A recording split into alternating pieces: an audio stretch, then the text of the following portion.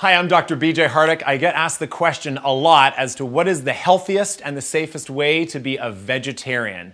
I'm not here to tell you today that you should or should not be a vegetarian or a vegan or a meat eater.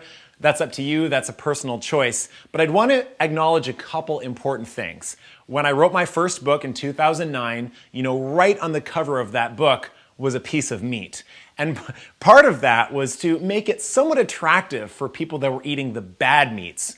Hot dogs, processed meats, non-organic meats, that type of thing, to at least transition into a healthier lifestyle. But that by no means was saying everybody has to eat meat. I have some very good friends who are raw food vegans, and I have some very, very good friends who are dairy farmers. And they would both have you convinced of the science behind their arguments. So I'm not going to get into that argument for you today. All I want to talk about is some of the healthier ways that you can make that proper choice. And do recognize, first off, there are genetic differences across the world. There are cultures that were designed, when necessary, to thrive on animal products.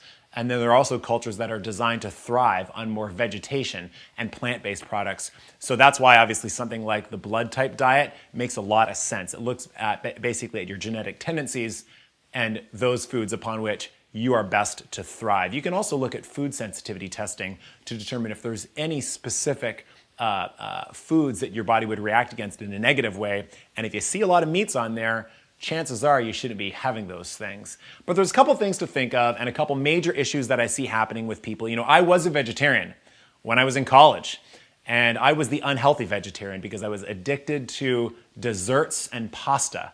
We call those grainitarians. So the first thing I would urge people to watch out for are grains. One of the pitfalls for vegetarians is we move to so many grains, and the truth is there's all kinds of problems associated with grains. Not only can we get into issues of pesticides, but there's also inflammation and also the fact that many grains convert to sugar so quickly in the body. And therefore, if you're going to be a healthy vegetarian, you can certainly do it within the principles of maximized living and all the other healthy living principles that you would see on my website and sites like it. But do understand, we really got to make sure grains are kept at a minimum. Now, the next question always comes up. How do I know if I'm getting enough protein? Frankly, I would tell you that the quality of your amino acids is far more important than the pure amount of protein that you get within a day. And frankly, you can get incredibly healthy proteins from plant sources. You look at something like hemp seeds, you look at something like chia seeds. In fact, if you actually look at the tertiary and the quaternary structure of hemp seeds, this greatly resembles human muscle protein. So you can get great amino acids from those foods, even if it's not another animal, but make sure you're looking at variety. And lastly, it's important to remember that one of the other major pitfalls we want to avoid when we're consuming more of a plant-based lifestyle is soy. Watch out for soy. In fact, I would encourage you to almost say no to soy, especially processed soy. Historically, soy always would have been like a side dish. If you're thinking of some edamame beans or some sauce or some tamari.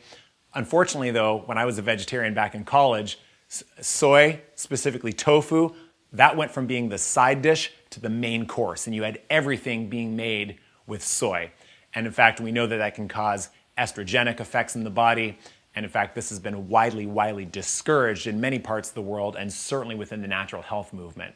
So do jump onto drhardick.com for plenty of more tips, plenty of plant-based resources and recipes to help you live a healthier lifestyle, whether you're looking to just add more plant-based living into your life or go there 100% of the time.